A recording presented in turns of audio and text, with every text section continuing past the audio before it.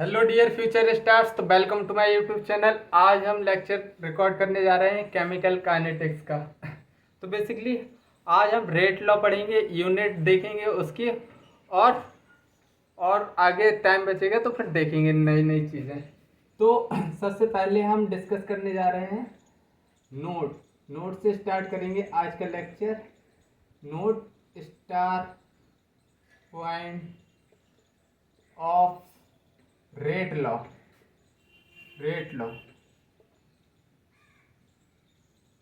Basically आज हम समझेंगे रेट लॉ को अच्छे से। देखो, कल हमने समझा था रेट लॉ कैसे लिखते हैं, एक्सपेरिमेंटली होता है।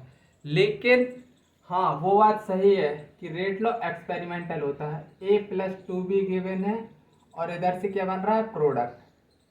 अगर इधर से प्रोडक्ट बन रहा है और रिएक्शन के बारे में कुछ नहीं लिखा हो, रिएक्शन के बारे में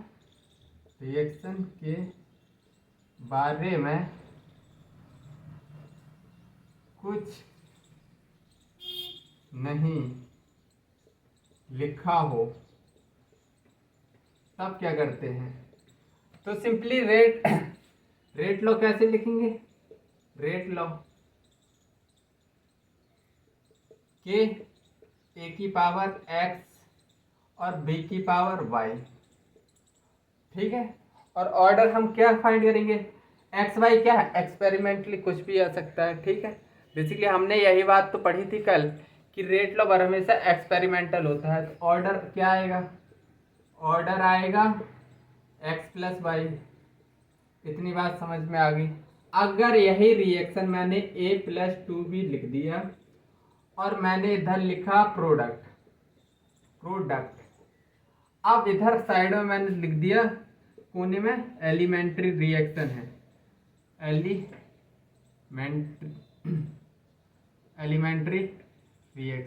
एलिमेंट्री रिएक्शन वो होती है जो एक स्टेप में कंप्लीट हो जाए, ठीक है। एलिमेंट्री रिएक्शन कौन सी रिएक्शन होती है, जो एक स्टेप में ही कंप्लीट हो जाए, मतलब दूसरा स्टेप ना लगे कंप्लीट होने में। इसमें कोई रिएक्शन इंटरमीडिएट नहीं बनता। अभी समझ में आएगा, आगे कॉम्प्लेक्स रिएक्शन पढ़ेंगे तब हम समझेंगे रिएक्शन इंटरमीडिएट क्या होता है। तो इन सब रिएक्शन में एलिमेंट्री रिएक्शन सिंपली समझ लो कि जो सिंगल स्टेप में कंप्लीट हो जाए तो उनको एलिमेंट्री रिएक्शन बोलते हैं। एलिमेंट्री रिएक्शन का रेट लॉ लिखने की बारी आई तब क्या होता है, रेट लॉ। अब इधर रेट लॉ हम लिखेंगे a की पावर 1 और b की पावर कितना है, स्टोइचियोमेट्रिक कोएफिशिएंट 2। अब ऑर्डर क्या आएगा, ऑर्डर आएगा 1 प्लस 2 3, जो कि तुम सोच रहे थे। तुम्हारा जो तरीका था वो सिर्फ एलिमेंट्री रिएक्शन पर लगेगा। अगर रिएक्शन एलिमेंट्री है तो रिएक्शन कोफिशिएंट जो होंगे रिएक्शन में कोफिशिएंट, स्टोइचियोमेट्रिक कोफिशिएंट, वही पावर में चले जाएंगे। वरना अगर रिएक्शन में कुछ नहीं लिखा है तो सिंपली एक्स और वाई लिख देना, मतलब एक्स वाई की जगह पी जेड लिख दो, जो मन करे वो लिख देना। एक्सपेरिमेंटली कुछ भी आ सकता है। जब तक रिएक्शन में एलिमेंट्री रिएक्शन न लिखा हो तब तक उसकी स्टोइचियोमेट्रिक कोएफिशिएंट से हमको दूर दूर तक कोई मतलब नहीं रहता, ठीक है। पहला पॉइंट, मतलब दो चीज़ें सीख ली हैं हमने। अब तीसरा रेट लॉ लिखेंगे। अगर मैंने एक रिएक्शन लिखी है a plus 2b gives product, ये रिएक्शन है। अगर मैंने a को लिख दिया एक्सेस, अगर मैंने a को एक्सेस में ले लिया तो अब ये रेट लॉ में नहीं इंक्लूड होगा। रेट लॉ अब कैसे लिखेंगे हम, रेट लॉ सिंपली लिख देंगे कि a की पावर कुछ भी लिख दो 2, a की पावर 2। अगर दूसरा समझो, अगर इधर समझ में ना आया हो, थर्ड रिएक्शन थी ये और ये फोर्थ है। अगर a प्लस 2b किस प्रोडक्ट इस तरह गिवन हो और अगर 2b की जगह इधर एक्सेस लिखा हो, तो आप कैसे लिखेंगे रेट लॉ। रेट लॉ अब लिखेंगे कि क्या लिखा मैंने ऊपर, a को क्यों लिख दिया, पागल हो क्या, b की पावर 2। अब इधर एक्सिस लिखा है तो इसको छोड़ो, इसको लिखो a की पावर 1। ये हमारा रेट लॉ है। ये हमारे छोटे छोटे से 4 कंसेप्ट हैं जिनको तुमको याद रखना है। ठीक है, तो चलो अब क्वेश्चन कर लो। कुछ घुसा है, पल्ले पड़ा है कुछ या नहीं, तो वो पता चल जाएगा। ठीक है, जो पॉइंट्स लिखवाए हैं उन्हीं को सिंपली रिवाइज कर रहे हैं, सिंपली क्वेश्चन के थ्रू। अगर मैंने लिया a plus 3b 2a plus 3b gives product, और आगे लिखा है एलिमेंट्री रिएक्शन है, ये एलिमेंट्री रिएक्शन है, एलिमेंट्री रिएक्शन है मान लिया। तो अब हम रेट लॉ कैसे लिखेंगे? रेट लॉ सिंपली लिखेंगे कि ए की पावर, अब स्टोइकोमेट्रिक कोएफिशिएंट ए का लेंगे, ए का स्टोइकोमेट्रिक कोएफिशिएंट कितना है 2, और concentration of B raise to power their stoichiometric coefficient 3। अगर एलिमेंट्री रिएक्शन नहीं लिखा होता तो भाई कुछ भी एक्स वाई कुछ भी लिख देते तुम, सब सही रहता। ठीक है, एक्सपेरिमेंटली कुछ भी आ सकता। अगर मैंने एक क्वेश्चन लिया CH3COOH C2H5 प्लस वाटर, इधर से बना, इधर से क्या बना, वाटर एक्सेस में है, वाटर एक्सेस में है, इधर से बना CH3COOH प्लस C2H5OH। ये क्या है? Hydrolysis of ester, hydrolysis of ester. तो इसका रेट लॉ कैसे लिखेंगे? रेट लॉ, इसका रेट लॉ लिखेंगे के जो एक्सेस में है उसको हटा दो, और CH3COO C2H5, इसका ऑर्डर कितना आया, मतलब hydrolysis of ester first order की रिएक्शन होती है। ठीक है, ये हम आगे पढ़ेंगे, ये वाली रिएक्शन हम आगे जाके पढ़ेंगे। इधर सिंपली बस मैंने बता दिया है। अब आई थिंक इतनी बात तुमको क्लियर हो गई होगी। तो अब हम बढ़ते यूनिट ऑफ के, मतलब ये कांस्टेंट आ रहा है ना, तो इसी की यूनिट ऑफ रेट कांस्टेंट जो एक के है, रेट कांस्टेंट, इसकी यूनिट पता करेंगे। Unit of rate constant, rate constant, rate constant क्या है? के। अब एक मैंने हाइपोथेटिकल एक रिएक्शन ले ली, A gives product, product A gives product, तो इसका रेट कैसे लिखेंगे? रेट इज इक्वल टू कि ए की पावर एन, एन मतलब nth ऑर्डर, nth ऑर्डर के लिए देख रहे हैं हम, nth ऑर्डर के लिए। अब मुझे यूनिट ऑफ रेट कांस्टेंट के की यूनिट फाइंड करनी है, के की, तो मैं के को लिखूंगा रेट अपॉन ए की पावर एन, किसी को इधर तक कोई दिक्कत नहीं होनी चाहिए। और रेट बेसिकली हम रेट ऑफ रिएक्शन कैसे लिखते थे? Concentration upon time, change in concentration upon time लिखते थे, मतलब मोल, इसकी यूनिट क्या होगी? रेट की, मोल, मोल नहीं मोलर पर यूनिट टाइम, तो इसकी यूनिट लिखेंगे मोलर, और टाइम इनवर्स, इसकी रेट की यूनिट लिख दी हमने। अब ए क्या है? कंसंट्रेशन है, तो इसको भी मोलर लिखेंगे, इसकी पावर क्या है? एन है, मोलर की पावर क्या है? एन है। अब ये ऊपर जाएगा, के की पावर क्या आएगा? कंसंट्रेशन ऑफ एम, मोलर की power n minus one, one minus n, क्योंकि ये ऊपर जाएगा पावर माइनस की हो जाएगी, तो वन माइनस एन, और टाइम क्या है? इनवर्स ही रहने वाला है। तो सिंपली हमको ये इस फॉर्मेट में याद रखना है। अगर तुम मोल के फॉर्मेट में याद रखना चाहते हो तो भी रख सकते हो। बेसिकली मोलरिटी क्या होती है? Mole upon volume, mole upon volume होती है। तो इसको मोलरिटी को मैं लिख सकता हूँ के का, अगर दूसरी यूनिट मोल के टर्म में अगर तुम यूज करना चाहो तो मोल पर लीटर और वन माइनस एन और टाइम इनवर्स, ऐसे भी याद रख सकते हो दूसरी फॉर्मेट। ठीक है। तो ये हमारी दो फॉर्मेट है जिसमें हमको याद रखनी है, लेकिन मैं तो प्रेफर करूँगा कि अगर तुमको पहली वाली ही याद है उसी से काम चल जाएगा हमारा। ठीक है, इसी को हम तोड़ मड़ोड़ के मोलर के फॉर्म में यूनिट निकाल लेंगे तो फिर मोल के फॉर्म में आराम से निकल के आ जाएगी। अगर मैं एन को, जो एन है nth ऑर्डर के लिए थी यूनिट, ये यूनिट निकली है जो nth ऑर्डर के लिए थी फॉर nth ऑर्डर के लिए। अगर मैं zero order, one order, two order, first order, second order के लिए फाइंड करना चाहूँ तो कर सकता हूँ, हालांकि करूँगा ही। तो चलो करते हैं। अगर मैं जीरो ऑर्डर के लिए फाइंड करना चाहूँ फॉर जीरो ऑर्डर एन बराबर कितना है, जीरो है।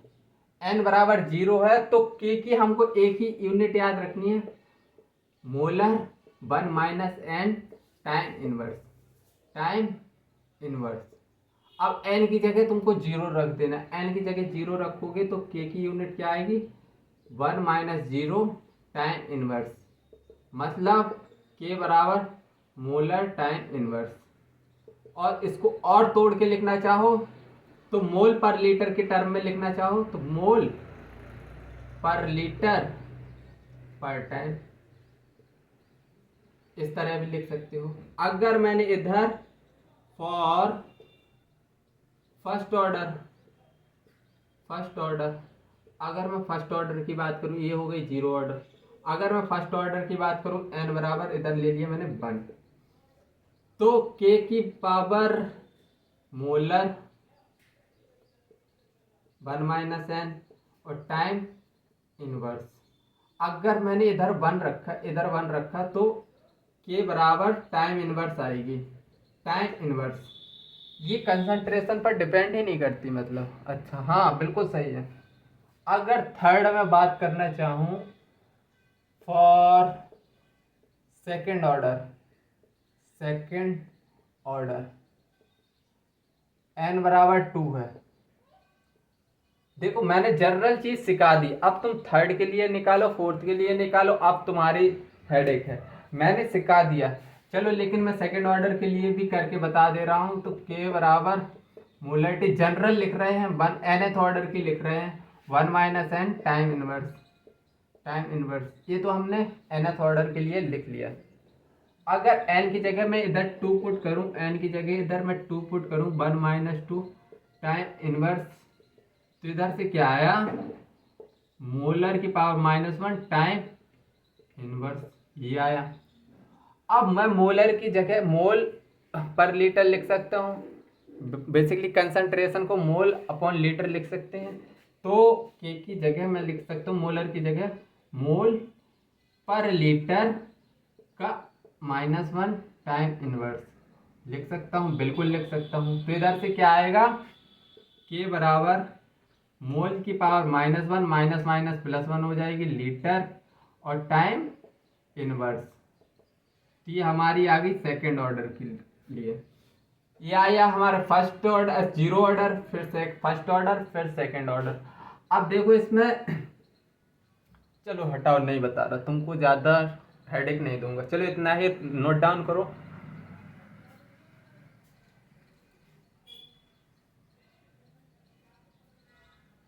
चलो खैर बता ही दूं, राज की बात बता ही दूं। देखो एक चीज इधर तुम नोट कर रहे हो, मोल देखो, मोल की पावर इधर 1 है, जीरो में 1 है, फिर इधर -1 कर दो तो इधर से गायब हो गया, और फिर -1 कर दो तो मोल -1 आ गया। मतलब मोल एक -1 करते जाना, मतलब जीरो ऑर्डर के लिए याद कर लेना, तो -1 करते जाना, तुम्हारा खेल हो जाएगा। जैसे लीटर है, अब लीटर -1 में है, इसको बढ़ाते जाओ, मोल को घटाते जाओ, लीटर को बढ़ाते जाओ, लीटर है -1, फिर एक बढ़ाया तो लीटर जीरो, पावर जीरो आएगी तो हट जाएगा, और फिर एक बढ़ा दोगे लीटर आ गया। और टाइम तो सिंपली इन्वर्स में ही रहने वाला है। तो ये मेरी थी निंजा टेक्निक, जिसको मैं यूज़ करता रहता हूँ। ठीक है, ऐसे तुम भी याद कर सकते हो, सिर्फ जीरो ऑर्डर की याद कर लो। मैं तो बोल रहा हूँ कुछ भी मत करो याद, सीधी बात, nth ऑर्डर का याद है बस निकालते रहो। ये तो मैंने बता दिया थोड़ा कॉमन सेंस कि अच्छा ऐसे भी हो सकता है। काफ़ी लड़कों को थोड़ी सोचने का जो मतलब काफ़ी लोग ऐसे होंगे जीरो ऑर्डर के लिए याद कर रहे होंगे, फिर फर्स्ट ऑर्डर के लिए याद कर रहे होंगे, फिर सेकंड ऑर्डर के लिए याद कर रहे हो। वाहियात चीज़ें दिमाग में यार कितना लोड दोगे, वैसे भी इतने ज़्यादा फार्मूले हो जाते हैं, तो दिमाग को थोड़ी हल्का सोचने दो और याद करने की क्षमता बढ़नी मतलब बढ़ा लो। अच्छी बात है, तुमको याद है तो वेल एंड गुड। अगर नहीं याद तो फालतू का डाटा याद मत करो, nth ऑर्डर का याद करो या फिर जीरो ऑर्डर का याद कर लो। उससे एक मोल को घटाते जाओ, लीटर को बढ़ाते जाओ, टाइम को इन्वर्स में ही रखते जाओ। ठीक है, अब मैं क्या कर रहा हूँ, अब मैं तुमको कुछ क्वेश्चन दे रहा हूँ, तुमको बताना है फाइंड ऑर्डर ऑफ रिएक्शन। अगर मैंने क्वेश्चन दे दिए find order of reaction, question 1, question क्या है, 2 इंटू 10⁻⁻5 टाइम इनवर्स। एक क्वेश्चन है 3 इंटू 10⁻⁻15 -15 मोलर पर सेकंड। ये सेकंड इनवर्स लिख लो, सेकंड इनवर्स। और एक और क्वेश्चन लिखो 3 इंटू 10⁻⁻10 और इधर लिख low molar inverse, second inverse. तो आई थिंक बताना चाहिए तुमको। तो देखो ये सेकंड इनवर्स है, मोलर कंसंट्रेशन पर डिपेंड नहीं है। ये क्या है, फर्स्ट ऑर्डर। तो फर्स्ट ऑर्डर, ये क्या है, फर्स्ट ऑर्डर की रिएक्शन। n बराबर क्या आने वाला है, 1। और मोलर पर सेकंड, ये जीरो ऑर्डर की रिएक्शन है, जीरो ऑर्डर। इधर n क्या आने वाला है, 0। और ये मोलर इनवर्स, सेकंड इनवर्स। तो देखो मोल घटता जा रहा है। अगर ये जीरो का था, ये जीरो ऑर्डर का था, फिर एक घटा दोगे गायब हो जाएगा, एक घटा दो मतलब सेकंड ऑर्डर। सेकंड ऑर्डर कैसे भी सोच सकते हो। n बराबर इधर आ गया 2। आई थिंक समझ में आया होगा। ठीक है, लेकिन अभी तो पीछा मत छोड़ूंगा, नहीं छोड़ूंगा। अब unit of rate constant pressure की टर्म में अभी सिखाऊंगा, अभी तुमको टेंशन मत लो। तो लिखते हैं, बारिश हो रही है, मज़ा लो, बस पढ़ते रहो। बोर्ड दिखाई दे रहा है, बिल्कुल दे रहा है, बोर्ड दिखाई दे रहा है, मैं अपने आवाज़ को लाउड कर ले रहा हूँ, बस तुम पढ़ते रहो, मज़ा लो। मुझे तो मज़ा आ रहा है। खैर, बोर्ड में तुमको दिखना चाहिए और मेरी आवाज़ सुनाई देनी चाहिए, बस इसके अलावा कुछ नहीं। पानी बरसे, तूफान आए, आंधी आए, अपन को कोई लेना देना नहीं है। तो रेट बराबर के सी की power 1/5। Then find out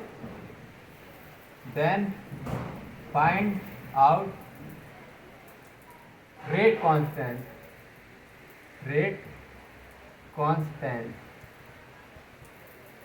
rate find out unit of rate constant, unit of rate constant.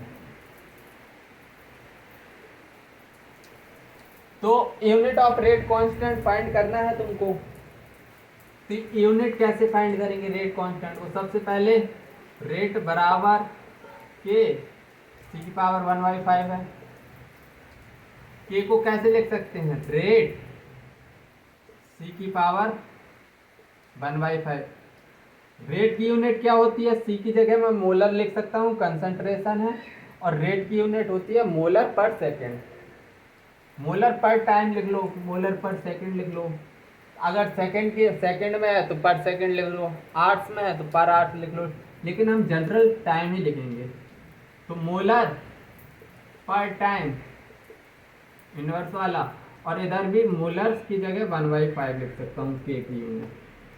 अब देखो इसको अगर सॉल्व करना चाहूँ तो m1 - 5, अगर ये ऊपर जाएगा तो माइनस की पावर हो जाएगी, और इधर टाइम इनवर्स। तो 1 में से 1/5 घटाओ, 5 - 1 4/5 आ रहा है। तो मतलब मोलर 4/5 टाइम इनवर्स। ये हमारी क्या है answer, unit of rate constant. ऐसे भी क्वेश्चन दे सकता है एग्जामिनर, ठीक है। तो हमको हर प्रकार से रेडी रहना है। और देखो मतलब ये एनसीईआरटी में गिवन है, मतलब इस तरह के, तो है मैं करवा रहा हूँ, वरना मुझे कोई शौक नहीं था, ठीक है। लेकिन यार मैं पहली बार केमिकल काइनेटिक्स पढ़ा चुका हूँ, उसमें मैंने ये सब चीज़ें नहीं पढ़ाई हैं, तो चलो थोड़ी पढ़ा देते हैं। क्या ही जाता है, रेट बराबर के पी की बराबर PCH3 COCH3। Find out rate, find out unit of rate constant in atmosphere ATM time inverse. Atmosphere पर टाइम में, एटमॉस्फेयर में फाइंड करना है, क्योंकि प्रेशर की काफ़ी यूनिट होती हैं, बार, mm, hg। तो उसने क्वेश्चन में ही दे दिया है कि भैया एटमॉस्फेयर टाइम इनवर्स में फाइंड करना है तुमको। इसकी पावर तो नहीं दी कुछ, पावर तो कुछ भी नहीं दी। तो सिंपली रेट बराबर, इसको सॉल्यूशन डाल लो। रेट बराबर क्या लिखोगे, के पी की पावर CH3 COCH3। अब के बराबर क्या लिखोगे, रेट पी के बराबर CH3 COCH3। अब रेट को क्या लिखेंगे, रेट को लिखेंगे प्रेशर की टर्म में लिखना है, एटमॉस्फेयर पर टाइम, एटमॉस्फेयर टाइम इनवर्स। और प्रेशर, यार ये तो कट जाएगा, क्वेश्चन में कहीं गलती है यार। हाँ इधर 1/3 लिखा है, पावर में है 1/3, पावर में है 1/3, पावर में है 1/3। तो एटमॉस्फेयर 1/3। अब इसको ऊपर ले जाएंगे, एटमॉस्फेयर 1 - 1/3 हो जाएगा, और इधर टाइम इनवर्स हो जाएगा। 1 - 1/3 2/3 आएगा, 1/3, 3 - 1 2/3, मतलब atmosphere 2/3 time inverse. I think समझ में आया होगा, नोट डाउन करो।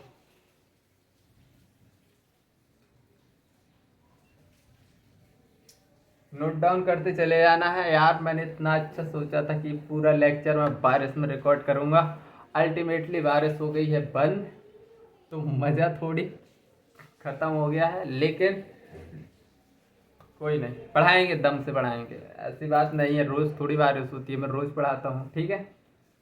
तो अब मैं कुछ एक्सपेरिमेंटल रेट लॉ लिख के आया हूँ, मतलब किताब से कॉपी करके लाया हूँ। वो ज़रूरी है तुमको बताना, क्योंकि एनसीईआरटी में गिवन है, मैं भी पूछ ले। क्योंकि एक्सपेरिमेंटल चीज़ें याद ही रखना, अगर उसने एक्स वाई की टर्म में दिया होता है एनसीईआरटी में तो मैं उस पर फोकस नहीं करता, लेकिन उसने मतलब सीधा सीधा रेट लॉ लिख के दिया है, तो मुझे लगा कि नहीं, ये तुम्हारे सामने आना चाहिए चीज़ें। हालांकि बड़े बड़े इंस्टीट्यूट में ये सब चीज़ें नहीं पढ़ाई जाती, ठीक है। और एनटीए फोकस कर रहा है एनसीईआरटी, तो मैं एनसीईआरटी को नहीं छोड़ने वाला। तो एक्सपेरिमेंटल रेट लॉ लाया हूँ कुछ, एक्सपेरिमेंटल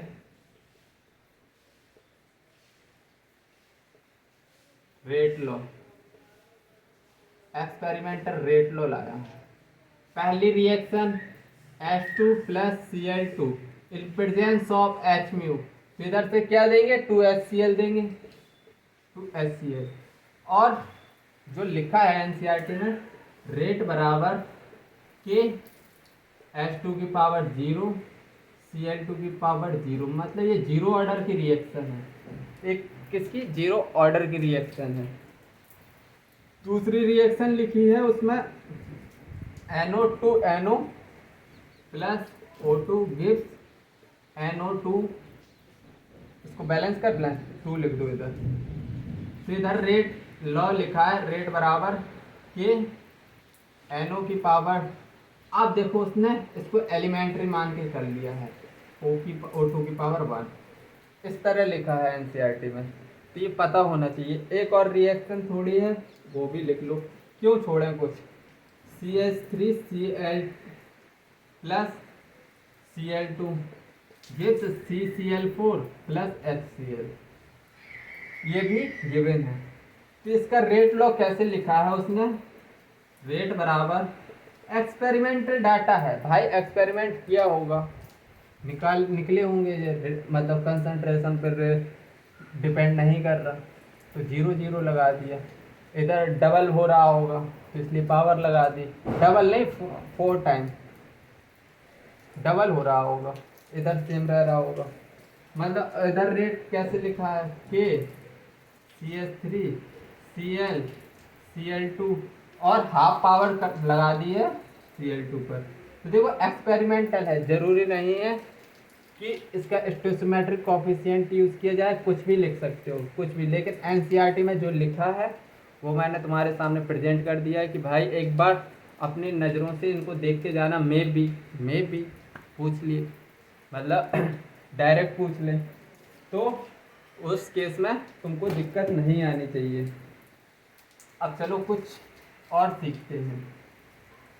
अब रेट लो लिखना सीखेंगे अच्छे से, काफ़ी बकवास हो गई है लेकिन अभी तक कंसंट्रेशन बदलेगी तो रेट लोग कैसे लिखेंगे, ऑर्डर कैसे लिखेंगे कंसंट्रेशन बदलने पर। देखो कंसंट्रेशन बदलेगी प्रोडक्ट की, या फिर प्रोडक्ट के ही बदलेगी।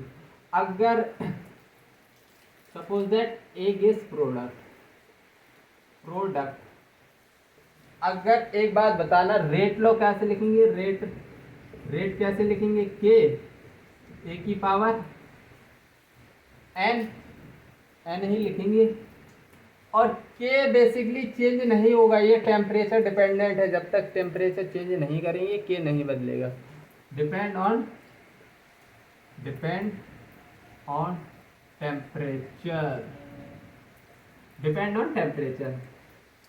अब इसको सपोज दैट मैंने R1 कर दिया, अगर कंसंट्रेशन ए की कर दी मैंने A1, तो कंसंट्रेशन A1 कर दी, रेट हो गया R1, और कंसंट्रेशन अगर मैंने A2 कर दी तो रेट बदल के R2 हो गया।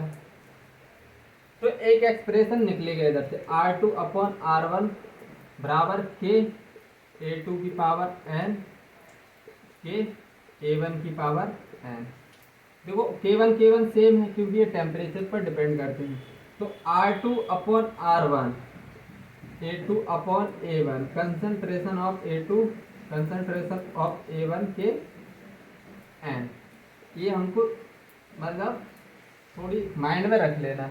हालांकि मैं तो याद करने के लिए नहीं बोलता हूँ ये सब चीज़ें, लेकिन लड़कों को पसंद है ऐसा सब कुछ, मैं तो डायरेक्ट लिखना सिखाता हूँ। पहले लेक्चर्स में जो मैंने पहले मतलब केमिकल काइनेटिक्स पढ़ाया था, उसमें मैंने ये फॉर्मूले डब्बे में बंद नहीं किए थे, लेकिन लड़कों की जो डिमांड है ना वो कतई जहर है, मतलब उनको चाहिए फुलटा रट्टू तोता। तो भाई नीट के बच्चे हो कर लेना, वरना तो क्या है, सिंपली तुम ये R1 R2 खुद से बना सकते हो, कंसंट्रेशन जैसे चेंज होगी वैसे बना लो, डायरेक्ट फार्मूला याद नहीं रखना पड़ेगा। देखो मैं करूँगा दोनों तरीके से करूँगा, समझ में आएगा तुमको, आई होप। ठीक है, इतना नोट करो।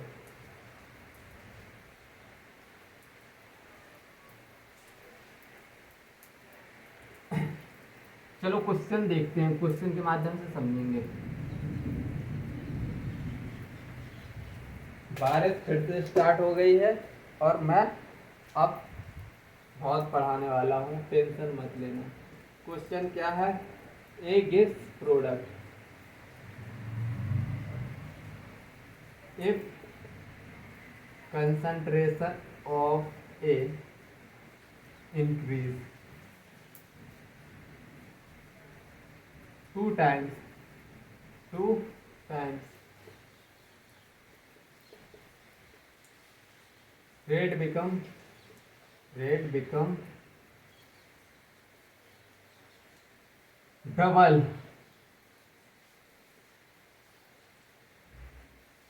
then find order। देखो इधर मैं थोड़ी सोचने का तरीका भी बताऊंगा। अगर मेरे अंकित स्टार से निकालोगे, ये 2 सेकंड का क्वेश्चन है, लेकिन नहीं, हम तो फॉर्मूले से करेंगे पहले। तो हमने क्या पढ़ा था, R2 upon R1 A2 upon A1 की पावर x, क्या n पढ़ा था, n। तो R2 क्या बोल रहा है, if concentration of A increase 2 times, concentration of A2 कितना 2 टाइम्स कर दिया, 2 times A1, rate become double, R2 कितना हो गया, डबल हो गया, मतलब 2R1 से।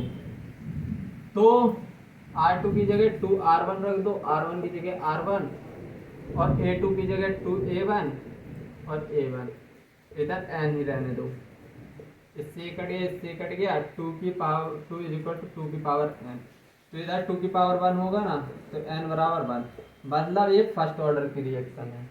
ऑर्डर क्या आ गया, ऑर्डर 1 आ गया। लेकिन इसको थोड़ी लॉजिकल समझेंगे। बोल रहा है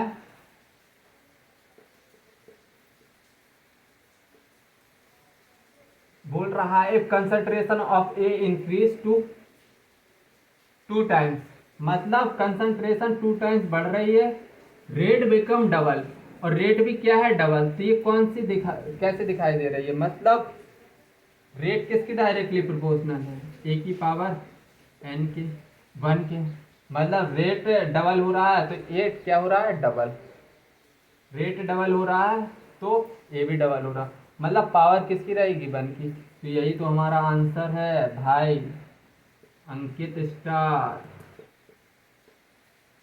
1 मिनट में कुछ फॉर्मूला याद नहीं रखना, कुछ भी, लेकिन हमारे बच्चों को फॉर्मूले से अधिक प्यार है, मतलब फॉर्मूला नहीं छूटना चाहिए। सर फॉर्मूले लिखवाते जाओ। केमिकल काइनेटिक्स यार, अगर तुमको थोड़ी सी मैथ आती है ना, थोड़ी सी मैथ, अगर तुमने 8th 9th क्लास में थोड़ी सी मैथ पढ़ रखी है, तो केमिकल काइनेटिक्स तुम्हारे लिए बिल्कुल जीरो रहने वाला है, मतलब चुटकियों में खेलोगे इससे। देखो 2A gives product if concentration of A is tripled,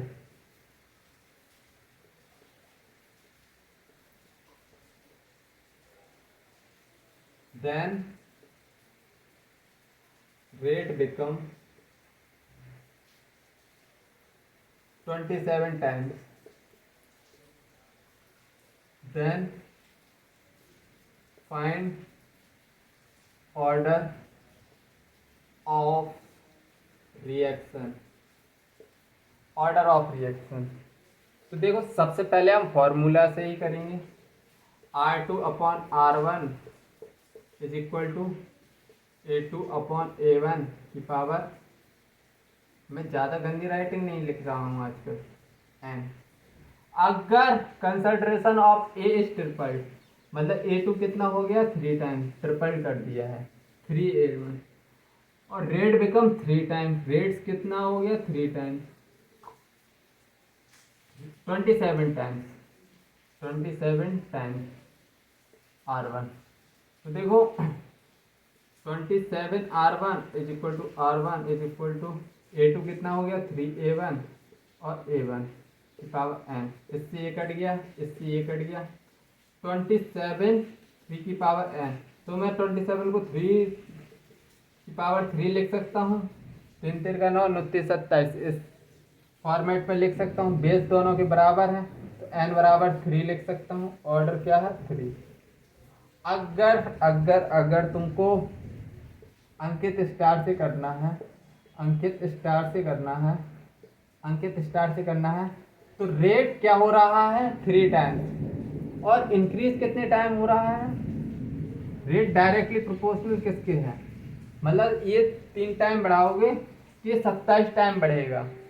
27 time कब बढ़ेगा, अरे भैया 3 गुना कर रहे हो, इधर इधर 3 गुना कर रहे हो, इधर 27 गुना बढ़ रहा है, मतलब 27 गुना, मतलब पावर कितनी, क्यूब आना चाहिए। 3 टाइम्स करोगे पावर में कुछ तभी, जैसे अगर इधर 3 रेट कितना हो रहा है, रेट बढ़ रहा है 27, रेट 27 टाइम्स बढ़ रहा है, कब बढ़ेगा, अगर 3 की पावर क्या होगी, 3 का क्यूब 3 होगा, तभी 27 टाइम बढ़ेगा। इतना ड्रास्टिक चेंज क्यों आना चाहिए, थोड़ी थोड़ी सा क्यों आना चाहिए तुमको, मतलब 1 से लेके 10 तक क्यों रट लेना, तो मतलब तुमको सॉल्व नहीं करने पड़ेंगे इस प्रकार के क्वेश्चन, डायरेक्ट आंसर आएंगे। देखो 27 टाइम रेट कब बढ़ेगा, जब पावर किस में होगी, अगर इनिशियल कंसंट्रेशन बढ़ा के 3 टाइम्स कर दिया, 27 टाइम तभी होगे तब क्यूब करोगे उसका 3 का। तो ये डायरेक्ट कॉमन सेंस से भी ये क्वेश्चन होते हैं, कॉमन सेंस से नोट करो।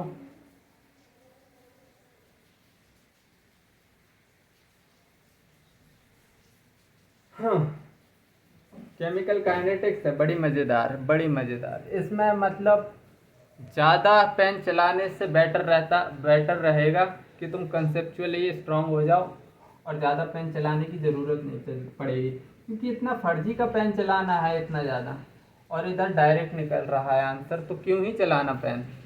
देखो एक प्रकार और करवा दे रहा हूँ एक क्वेश्चन इसी फॉर्मेट में, थोड़ी सोचने, मैं सोच रहा हूँ कि तुम्हारा थोड़ी ब्रेन डेवलप हो, इसलिए मैं इस छोटे से कंसेप्ट को बार बार अप्लाई कर रहा हूँ।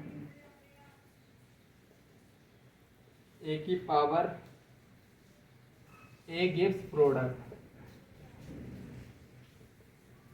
if concentration of A is A increase 2 times rate become half,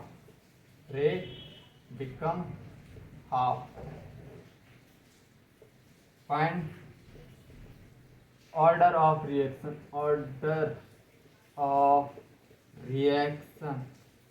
तो देखो सबसे पहले मैं फॉर्मूला ही रख रहा हूँ, R2 अपॉन R1 A2 की पावर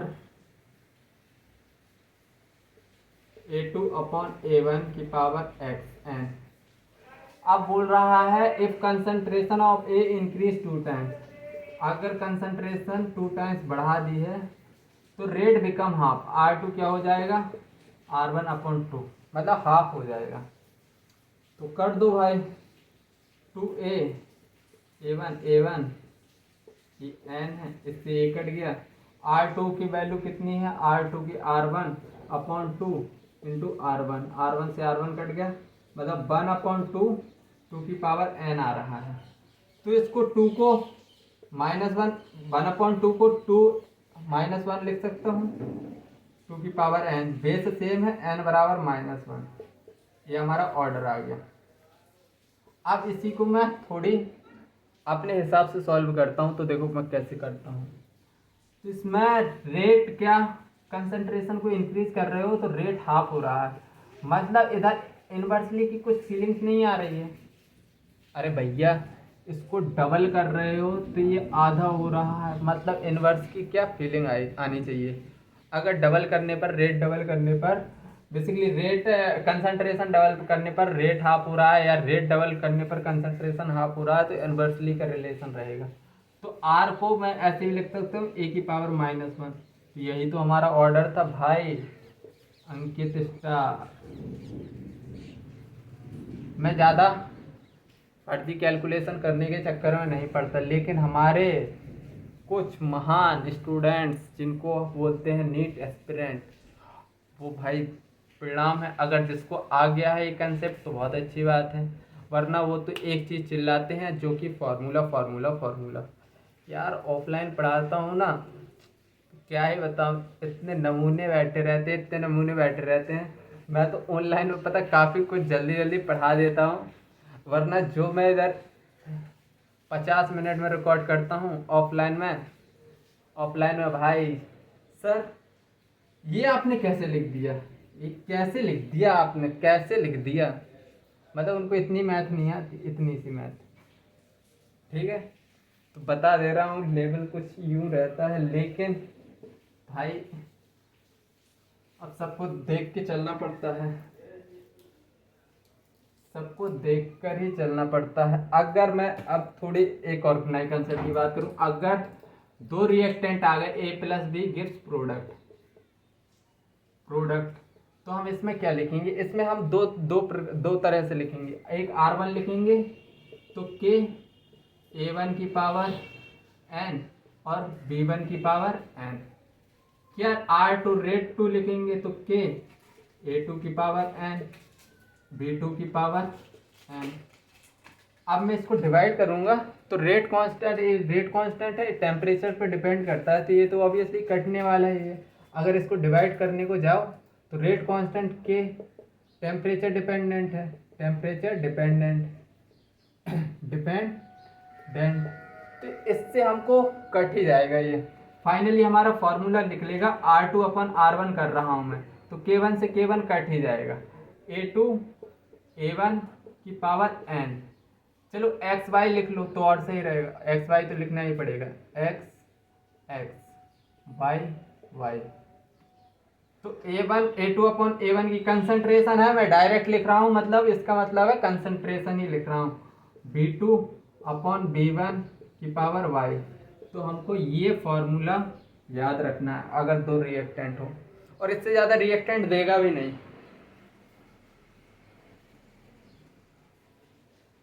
इससे ज़्यादा रिएक्टेंट वो देगा ही नहीं। मैं नीट के पेपर को अच्छे से देख के ही पढ़ाता हूँ, मतलब ऐसे नहीं कि आए कुछ भी चल रहा है भाई। अरे भाई छाती ठोक के बोलते हैं यही आएगा ये नहीं आएगा, ठीक है, जो आएगा वो पढ़ा देते हैं।